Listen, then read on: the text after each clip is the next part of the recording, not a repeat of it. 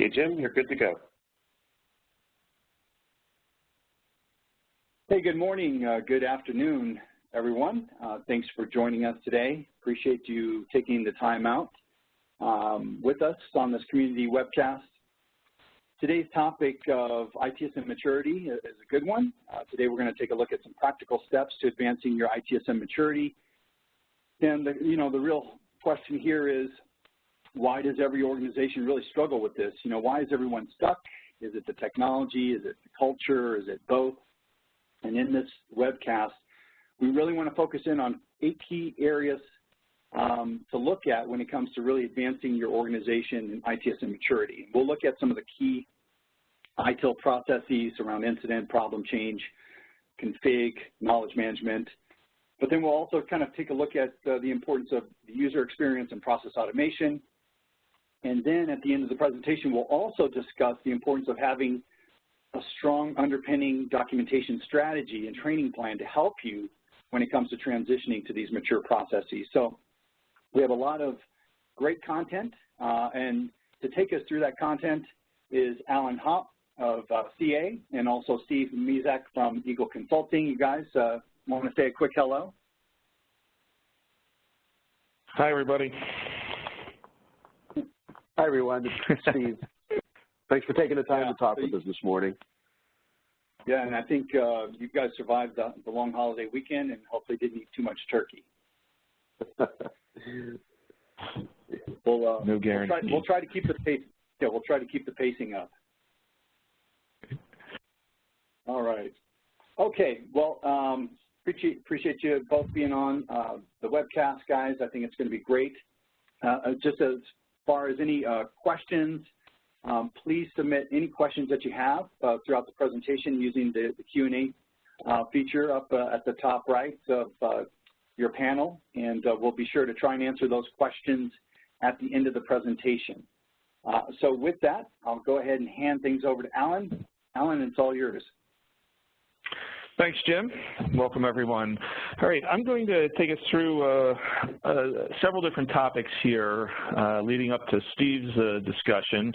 I want to first talk about the state of ITSM and where we are today, some of the issues we're facing, and some things that are complicating that and what that means for us.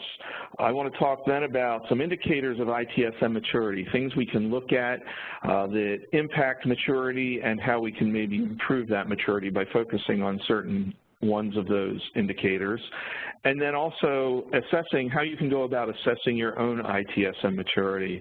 I'll then pass it over to Steve, and we'll talk about improving your odds, increasing user adoption, getting folks to, to drink the water, if you will. And this is completely key to getting our ITSM maturity up there. Then we'll have the Q&A.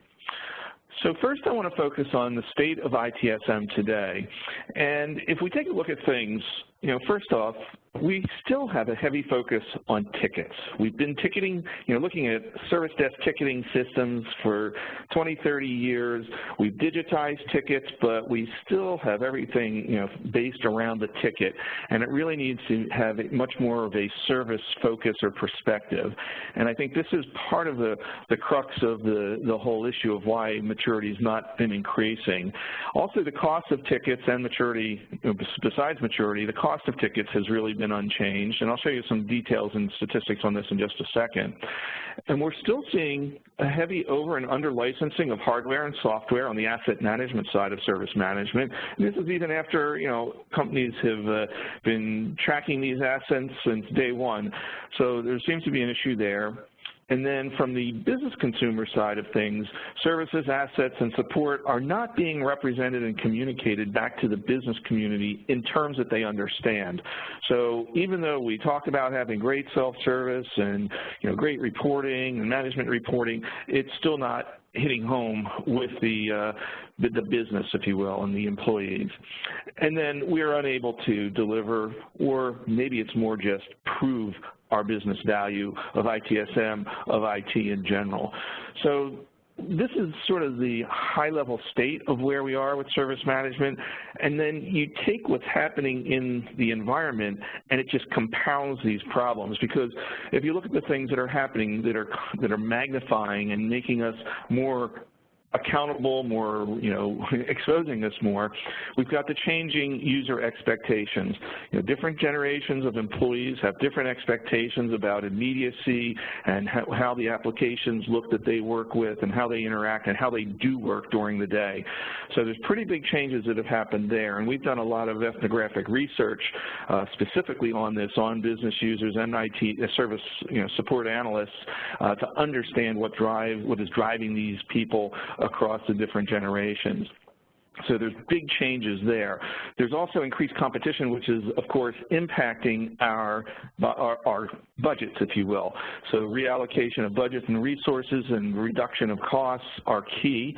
We have the application economy, so what's happening is we're having everything's being driven by software, which means the complexity of our IT environments has increased over the years. And we've seen an explosion of cloud and external service providers, meaning that we've sort of lost some of that control over the services that are being consumed by our business, and in many cases the business or different departments or business units are going outside of IT, purchasing services from external providers, and thus we end up with rogue and shadow IT going on. And then on top of this is the increased or the continued high focus on software audits. So these things are magnifying all of those issues I talked about in the first slide that I just went through. And what the net result of this is that it hurts us as ITSM professionals. People are going to IT as a last resort. They go out to Google to try to figure out their answers. They talk to other people in the office. They go to SharePoint. They go to all these different places to try to resolve issues before they finally go and open up a service desk ticket.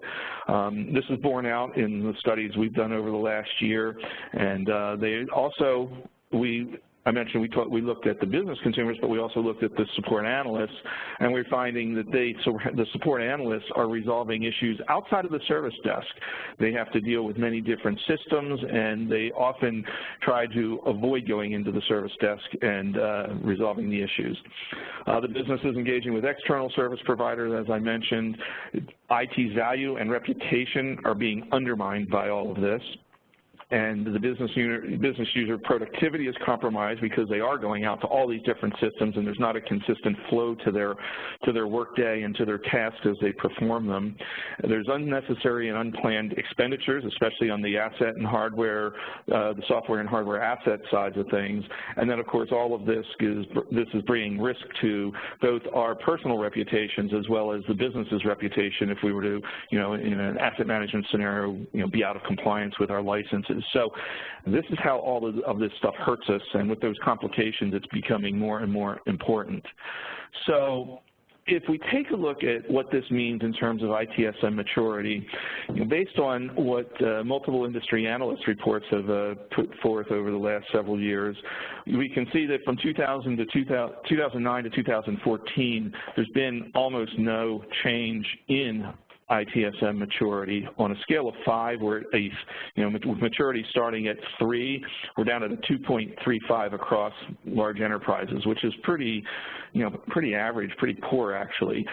Yes, there's some up there in that 3 to 4 range, but the majority are 2, 1.5 to 2 to 2.5, somewhere in that range. So it hasn't changed much over the years, and for 2015, it's not changed much again. But the scary part is, number one, every shop almost, in a survey that we did of almost 300 ITSM professionals, almost 97% say that their shops are trying to increase ITSM maturity, yet we're failing.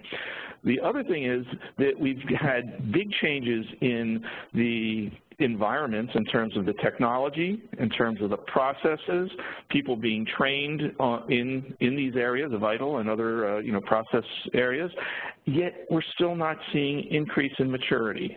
So something's wrong. And on top of this, the cost of tickets has not diminished much. Yes, it's come down some, but it has not diminished much over the years. So we're left to ponder what's the problem here.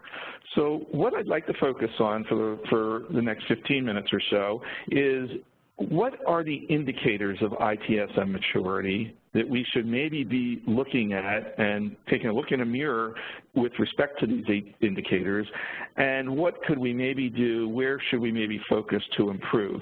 I'm not going to give you the answers to how to go about improving. I'm going to show you the areas where you should think about improving, and you need to look at your own shops, decide, yeah, we're weak here, and this may be an area for us to focus. And I'll talk a little bit about how you can decide which areas to go and focus on towards the end of the session here. So let's take a look at what I consider the 8 areas of ITSM maturity, and you can tweak these a little bit and change them based on yourselves, but these are going to look very familiar to you. At the center is maturity, and around this are incident and problem management, change and configuration. You can add release management into that as well, knowledge management, request, user experience, asset management, process, automation, and integration. That's a big one. That could be a whole session in just itself. And then business IT alignment, that esoteric thing that we all want to do that we don't know how to do and we don't know how to measure it, which is a big thing. So these are the 8 areas we're going to focus on, and we're going to take a look at each one of them and look at things that we're doing today that we could be doing that we're not doing, and look at their importance. So the next 8 slides are going to go through each of these indicators, and on the right we'll show a maturity weighting, the upper right there, a maturity weighting for that particular area. Reason incident and problem management might be low in terms of weighting is that it's pretty much commoditized, everybody's doing it. It's the degree to which they're doing it, but we're doing this relatively well compared to some things like change management or business alignment or process automation, things like that. The other thing that you need to know to understand these slides is that the smaller font on the left is the lower maturity impact items. The big, bold, and white, brighter colored text or font are items that indicate more maturity and are things to maybe shoot for that are a little bit more difficult to do but give you bigger bang for your buck. So top down, we start at the top with the basics and get into the more bigger items at the bottom. So let's take an example here of incident and problem management. Status transitions are automated by workflows. As I move things from a ticket through its different statuses, it's automated by workflows, and maybe some approvals are automated and so forth. Pretty basic thing that most of us do. Graphical root cause analysis, integrated telephony systems, things that are pretty standard with support desks. At desk or walk-up support, and support automation. Support automation's been around for a long time.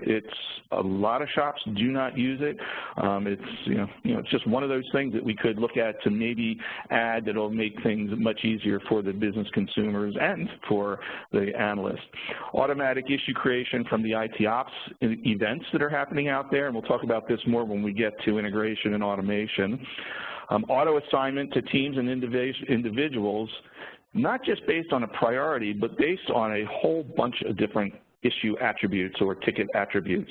So not just it's a VIP, so it gets a high priority, but maybe it needs to have to do with what else is in the queue, what is the whole team working on in terms of the aggregate view of the support desk.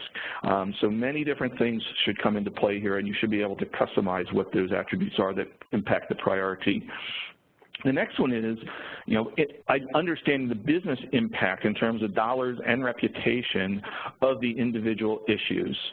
That is something that, it's a step above just prioritizing. It's understanding the business impact, starting to get to the business values side of things a little bit. Collaborative team approach to resolution. And it's not just, here I'm going to hand a ticket off to somebody and they're going to go work on it for a while.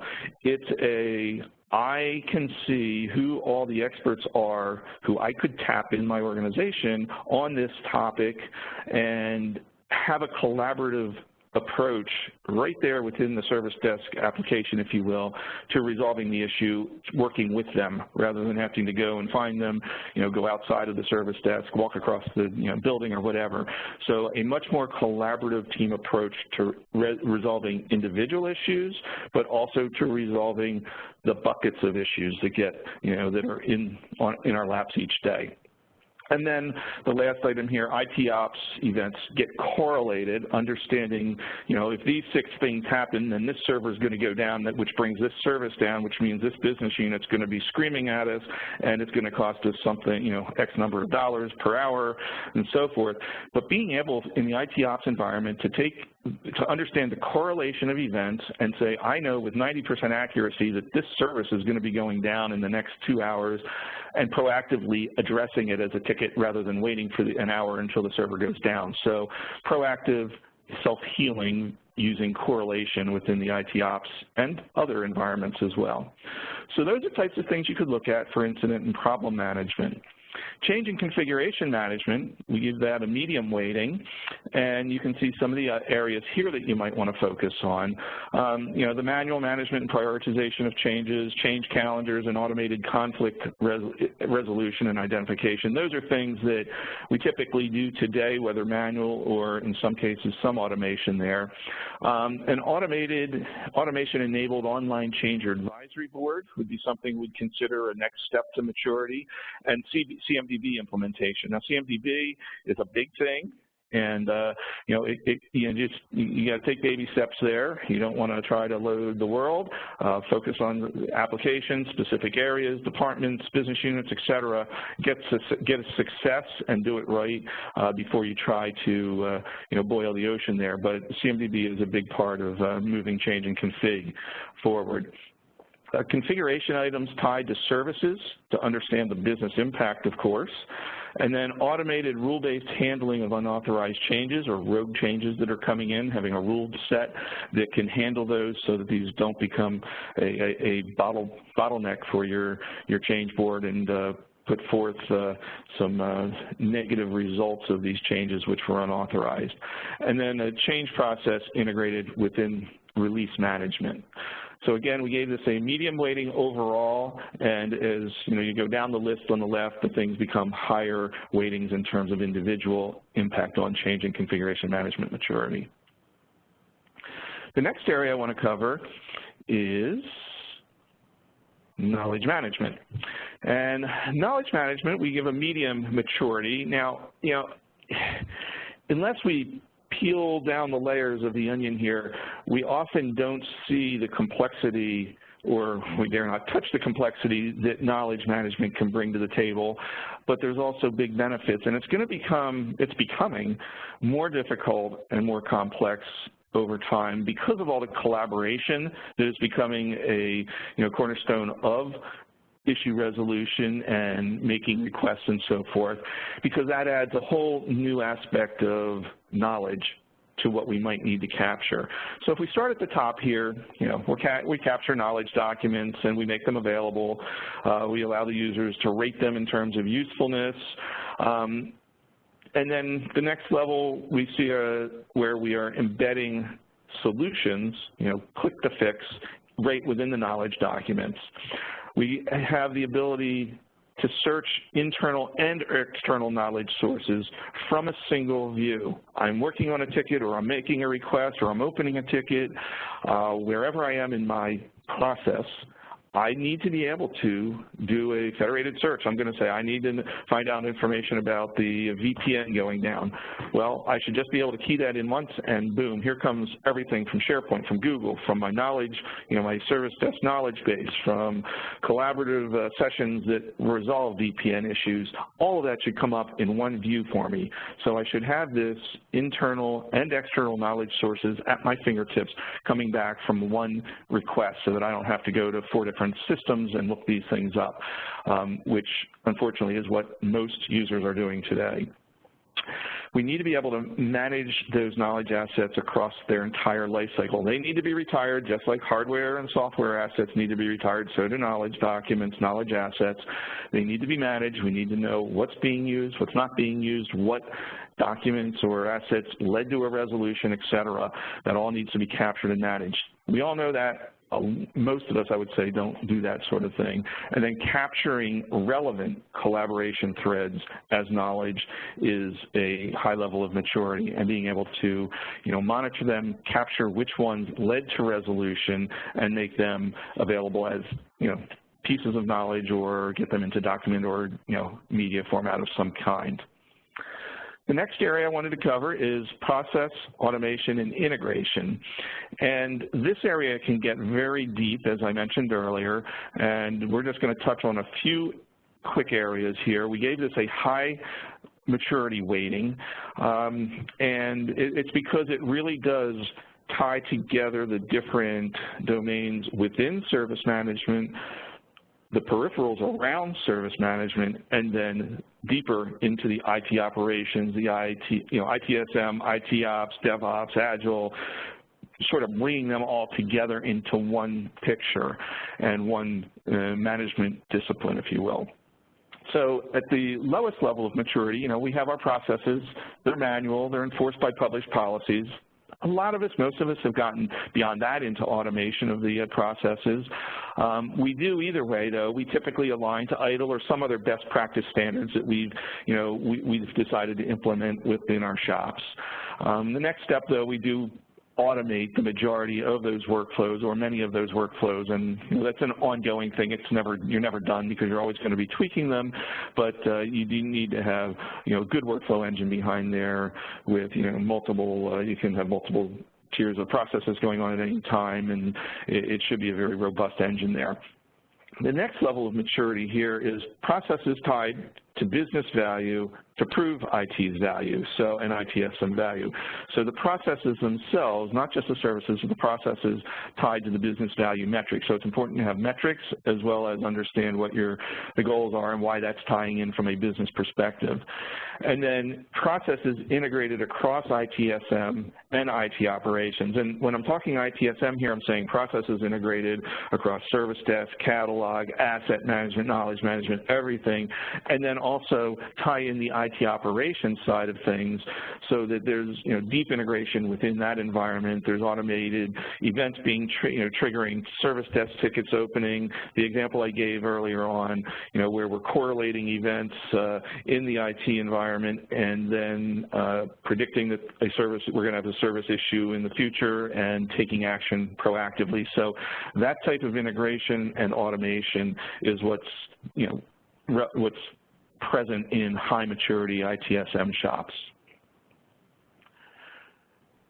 The next area is user experience, and this has hit us home over the last several years because of the changes in the technology that's been made available and how the applications that we have outside the workplace, and it's created expectations that we needed to make sure we were addressing in the workplace.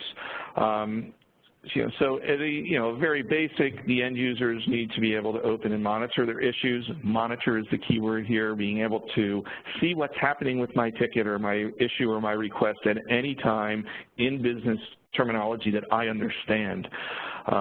Be able to review or request and view IT assets. I'd love to know what's on my laptop sometimes. I would like to be able to, whether I'm opening a ticket, making a request, collaborating, or just doing, a search, I want to do that from one place. I don't want to have to be jumping all over the place. So I just jumped ahead quite a bit here, but the second to last bullet. So everything needs to be made available from a single self-service portal, so I'm not jumping in and out of what I am doing on a daily basis. I want to be able to post questions to a community. We love gamification and awards and badges. So all those things need to be present. And here we are in this community-based collaboration, whereas earlier I talked about it from an analyst perspective, talking to the different analysts or experts that would know something about a topic to help me resolve an issue. How about let's give that same sort of capability maybe to the end users so that they can collaborate and look and see what's going on in the community and have communities based on specific topics that have been predetermined so that the users can actually collaborate within those communities to try to get answers to their questions about requests they want to make or issues they're having and so forth. Searching all the knowledge sources, as I mentioned earlier, clearly representing and clear representation and context of the request and the issue status I mentioned, the single portal, and then mobile access. So all these things should be present for the end users. A lot of them, we're trying to implement things like mobile and single self-service portals, but, again, it's one thing to lead somebody to the water, and to get them to drink is another story. So mixed results with mobile to date, but the technology, of course, is there for it. And then the last area, two more, excuse me. The next is request management, service catalog in most of our minds, but one-stop shopping, regardless of whether I'm looking for a request or viewing my assets or opening an issue. And these things, of course, are all tied into that single self-service portal. It's all one thing. There's not 2 places or 5 places to go. It's got to be business language.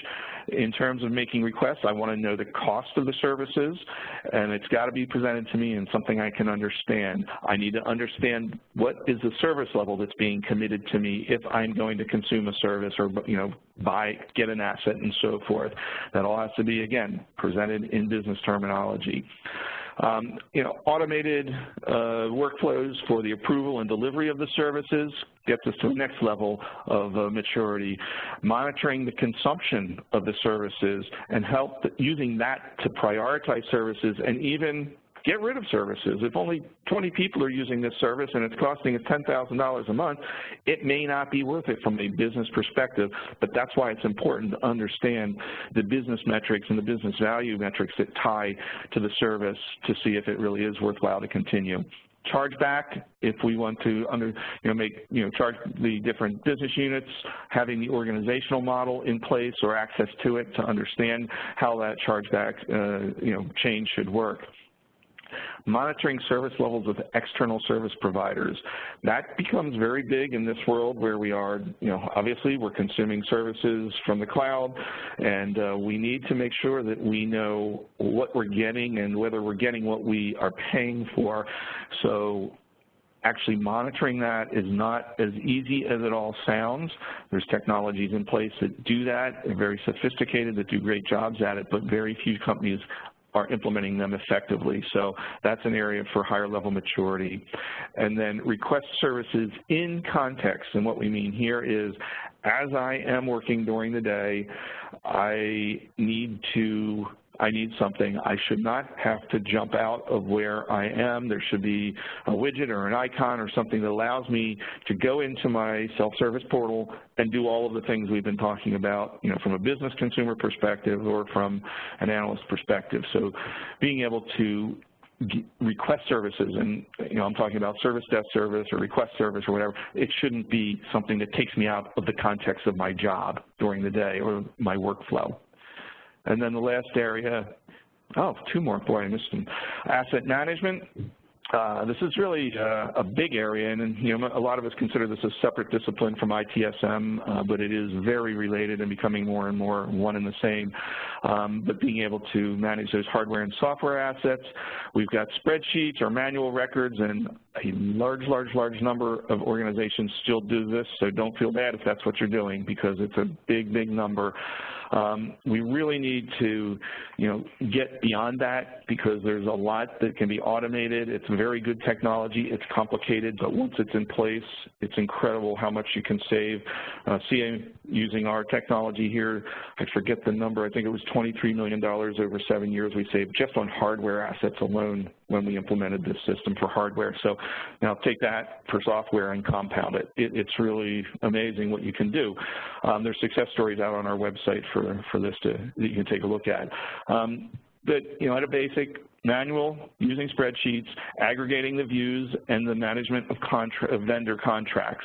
So pulling those things all together, but we're doing a lot of that manually today. Self-service for viewing and requesting IT assets, giving the users access to what they've got on their machine in terms of hardware, software, what other hardware they've got.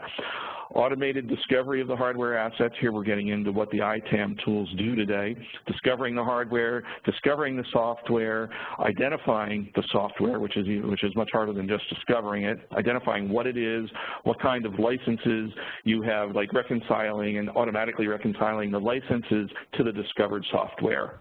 huge task that can be automated. And then the optimized reallocation of those assets, the software assets, based on the licenses, based on your infrastructure environment, the servers and so forth, based on the usage of those assets, and all that, you can run simulations and things like that in terms of the topology of your infrastructure and how that changes the cost for your software licenses. So a lot to be done here. Some of these things are very complicated, and it's something you can't take lightly, those last two steps there, but it's of huge value to organizations, and of course the whole compliance side of things and the audits, making the audits easier for you. Then wrapping it up, bringing all this back to the business and helping IT prove its value to the business. How can I do that? And it's a lot more than just operational reports and metrics that you all get from your service desk and for your service catalogs, knowing what's my mean time to resolution and so forth. It's way beyond that. It has to get tied to the business. So ITSM processes and services need to be tied to value metrics, and only if we tie that to value like productivity, dollars, that kind of thing, headcount, et cetera, or risk mitigation, are we really going to be able to prove our value to the business? So, having business value reports and dashboards available and used. CA started delivering some of these a couple of releases ago with its service desk, reports that provide productivity measures and cost measures. These are the types of things that we need to identify and to have in our environments, identifying the metrics that feed into the business value. We got to tie our processes and services to the business goals, okay, not just to the cost, and to the services going down, but we then need to tie those services to business goals and objectives to understand, are these services, are these processes, how they're tied to the business objectives, so that we know the full impacts of getting rid of something, adding something going down for a prolonged period of time, et cetera. So services measured based on business value, and then calculating the accurate cost of an issue or service being down. So not easy stuff, but something that we're all moving towards. There's been a lot about that. Last thing I want to touch on is how you can assess your ITSM maturity. We do have a tool out on our website, ca.com, and you can see it here, itsmmaturity.ca.com. It goes through these 8 areas, and you can identify, and you'll basically answer questions about each of those 8 areas, and about each of those points that we just talked about under each of those 8 areas. And out of that comes, here's your overall ITSM maturity, here's your maturity in each of those 8 areas, and for each of those 8 areas and overall, here's how you compare to all the other organizations who took this survey. It's completely anonymous. It takes 5 to 10 minutes to do. It's very easy, and it generates a PDF report for you and identifies key areas that you should maybe look at focusing on to increase ITSM maturity. So a good tool to take to management and just say, hey, look, here's where we're down. We should maybe look at these areas and compare to other companies. So at this point, I'm going to turn it over to Steve, and he's going to talk about improving your odds in this big game we just talked about. And this is in the area of increasing user adoption across the board here, because there's a lot of areas where, I mentioned, a couple of them in terms of, mobility and in terms of, well, just all the way across the board here, all those processes we talked about, getting your users to use what's available to them, and half the time they're not using it because they're afraid of it or don't understand it. So Steve's going to show us how we can get over that big hurdle. So Steve. Yep. Hey, thank you, Alan. And thanks everyone for taking the time this morning to have this conversation with us. And as Alan mentioned, what I like to spend some time talking to you about is user adoption and what that means. That's the real big buzzword right now, user adoption. Well, what is that? User adoption is the training, the communication, the acceptance of the system, and bottom line, getting the biggest return on your investment. And we can spin this all different ways, but somewhere somebody sitting in a boardroom is making a decision to spend a significant amount of money on software and hardware, and they want a return on that. So how do we make that happen from an adult learning standpoint? In my opinion, there are 3 keys to a successful user adoption strategy.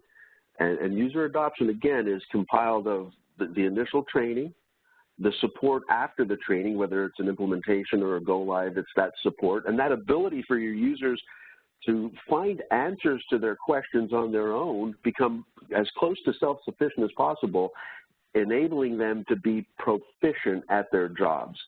And that's the key word here, proficient at their job.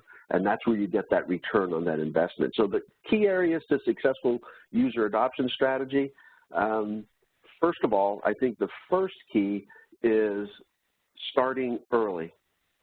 Starting your project early. And a lot of times companies will struggle with this. Well, I don't want to get started too early because then I'm going to have to redo things because we haven't decided on how certain processes or transactions are going to work.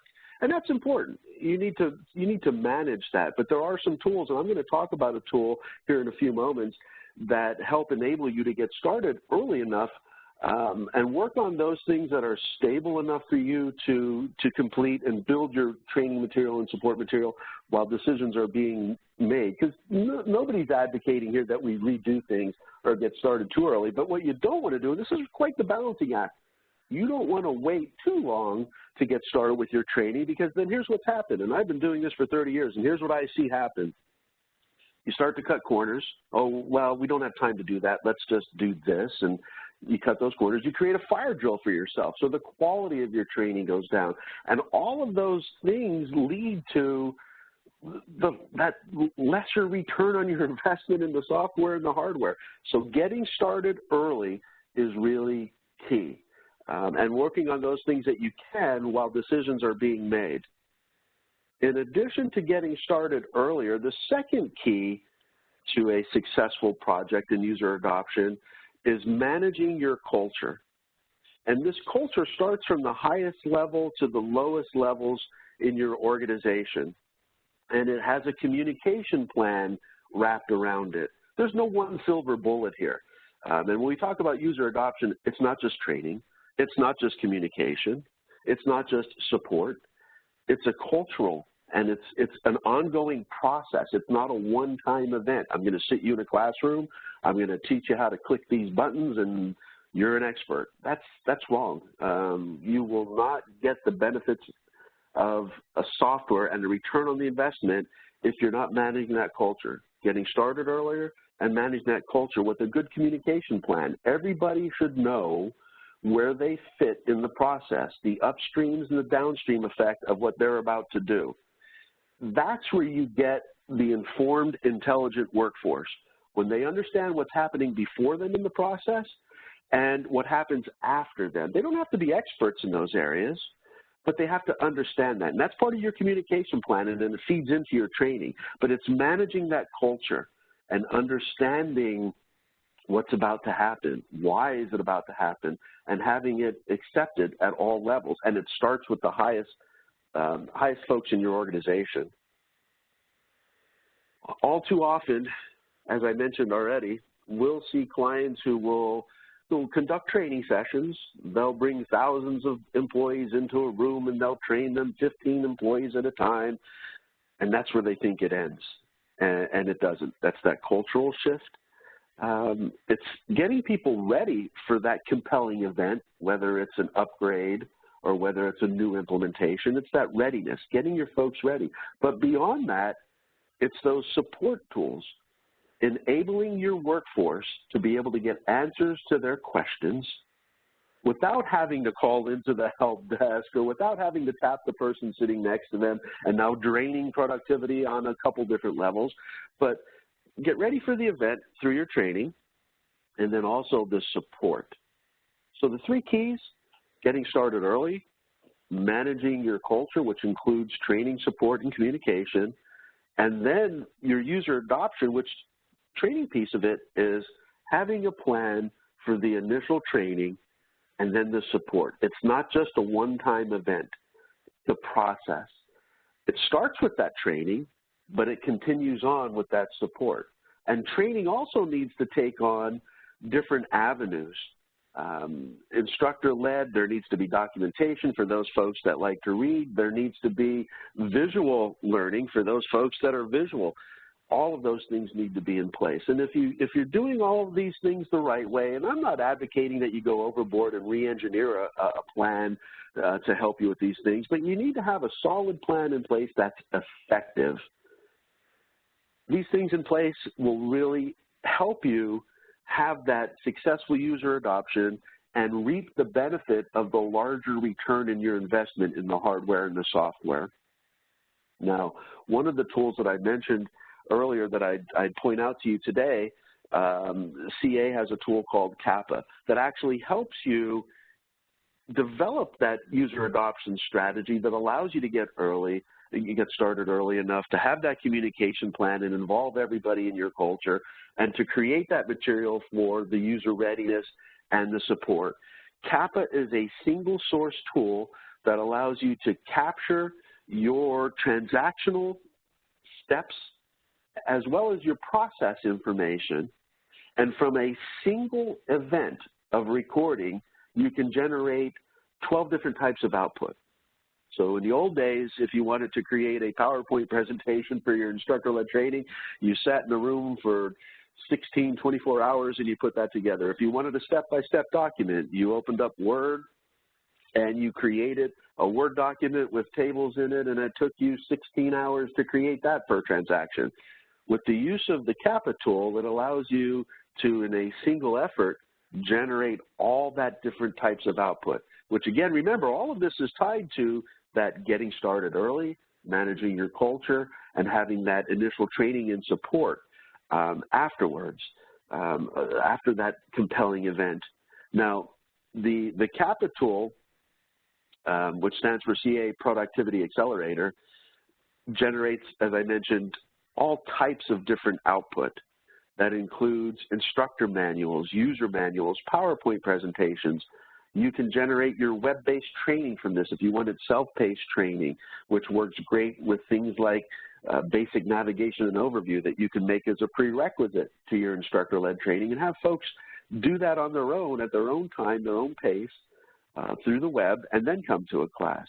You can generate assessments, self-assessments, so that people can see and get scored on how well they know a particular transaction or process. It can also generate in-application help, so you can create all of this material and then in your application link to this material so that, as Al mentioned earlier, you don't want your people jumping out and having to search for their answers.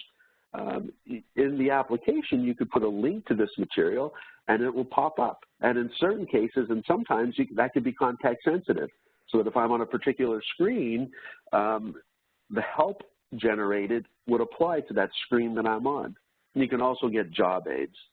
So successful user adoption really is a lot of things. It's a lot of moving parts. It's the communication. It's the initial training. It's that support that allows your staff to be self-sufficient with proficiency in mind to get the biggest return on the investment.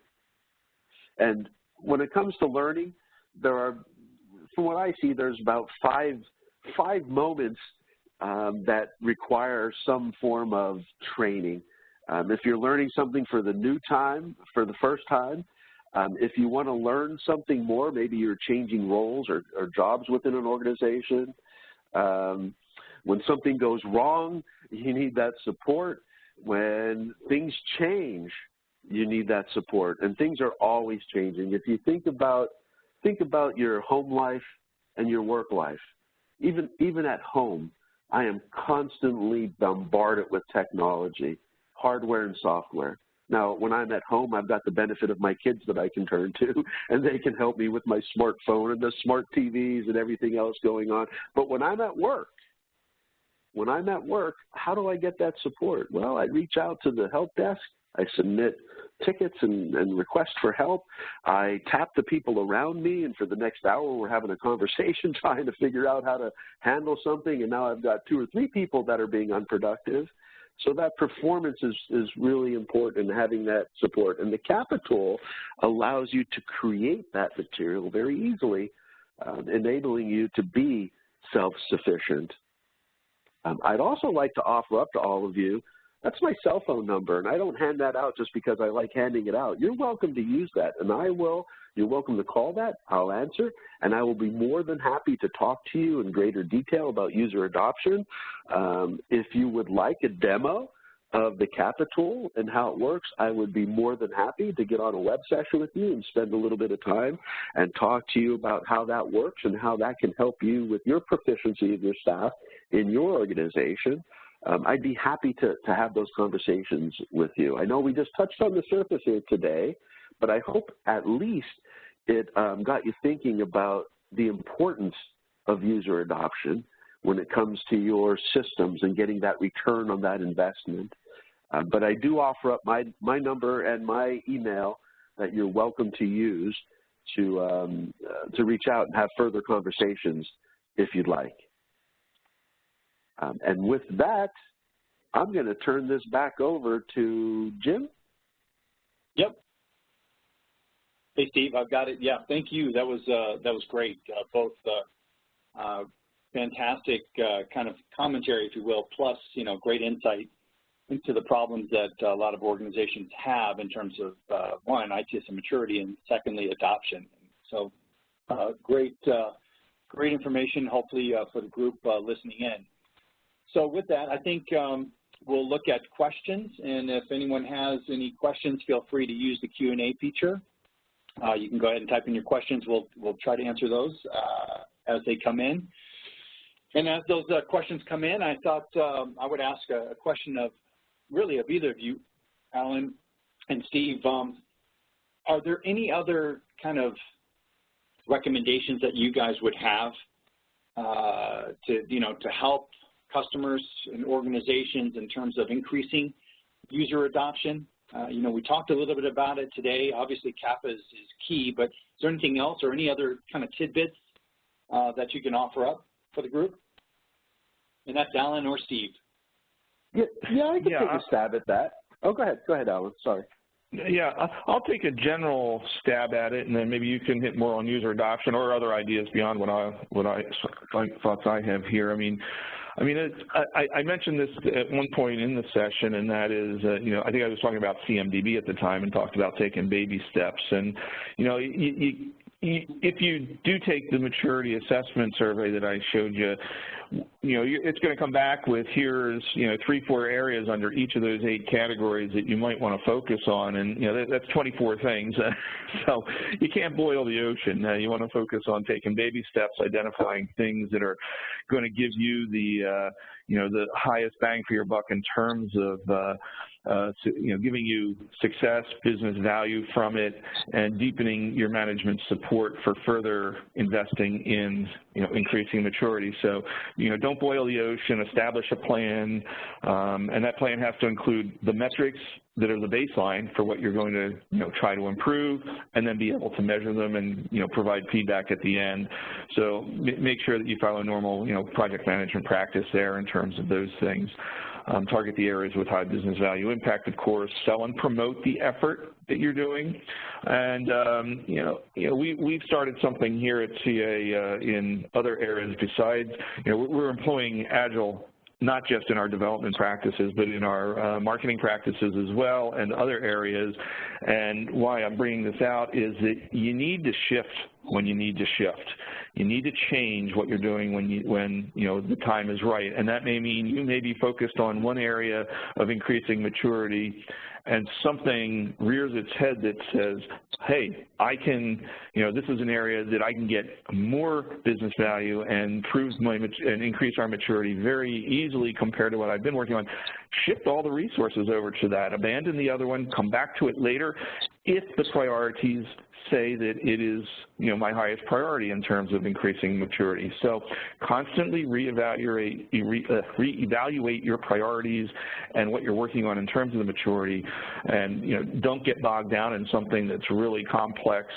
It may make sense at first, but there may be other things that surface that are easier to do. And then when you do have success, make sure you brag about it and get management to understand and acknowledge that this has happened, and that you can then leverage that for future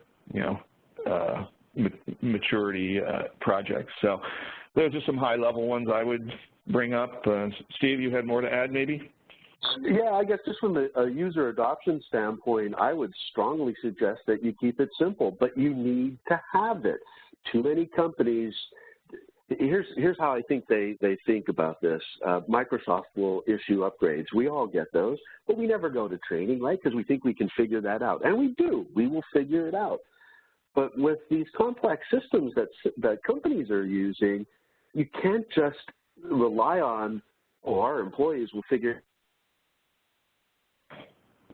and have that support is key. But I would suggest, even with that said, keep it simple. It needs to be effective. It has to be able to be maintained. Whatever you create has to be maintained. If you create something that's so complex and full of bells and whistles that you don't maintain it, you've wasted your time and money. And connected to Kappa, again, Kappa is a great tool that will allow you to create that support and training material and not over-engineer it. All right. Fantastic, guys. Alan, to your point, it almost seems like, you know, the concept of insanity is kind of doing the same thing over and over, expecting different results. So, you know, keeping it simple and having, you know, a strategy or plan in place to do something incrementally, and to your point, to brag about it, is obviously key to moving things forward. So with that, I think that's the last question. I'll just pause a moment and see if anything else comes in. And if not, I would say, Alan, Steve, any final comments to the group? Yeah, no, I just, again, this is just what I presented was just a framework for you to try to identify areas that might be of value to you. It wasn't you know, here's the answers. It's just a framework for here's where I can possibly look to increasing maturity and evaluate your organization. The technologies are out there today to do pretty much everything I talked about there and to improve on everything that I talked about. So it's a matter of what do we use, what do we adopt, where should we focus, and again, you know, Steve provided some input there in terms of the user adoption side of things that I think is very, very valuable because that's what it comes down to. You don't adopt the technology, the people don't adopt the processes and the technology, then you really, it's difficult to succeed and improve maturity. So that's all I would say, Jim. Okay, Steve, any last comments? No, I would just be looking forward to having further conversations with anybody if you needed to have some follow-up, and just there needs to be a plan when it comes to user adoption. And it's not rocket science, and it doesn't have to be over-engineered or complicated. You just need to decide that there's going to be a plan, you put it in place, and it's a process. It's not a one-time event. It's a process that goes on forever. Well said. Okay. Well, thanks to both of you. I appreciate it. Hopefully everyone else thought it was informative, educational, a lot of great information, some guidance there in terms of moving things forward. So I'd say thanks. Thanks, everyone, for joining us today. We'll have another community webcast around change and config. That's planned for later this December. So please look out for that, and we're going to continue these again. You know, hopefully we'll be doing these once a month. So, and if you have topics or anything like that that you'd like to see discussed on the community forums, feel free to post those or to send them to my and see when we can get those planned. So thanks again, everyone. Have a great rest of your day, and we'll be talking to you soon. Thanks, everyone.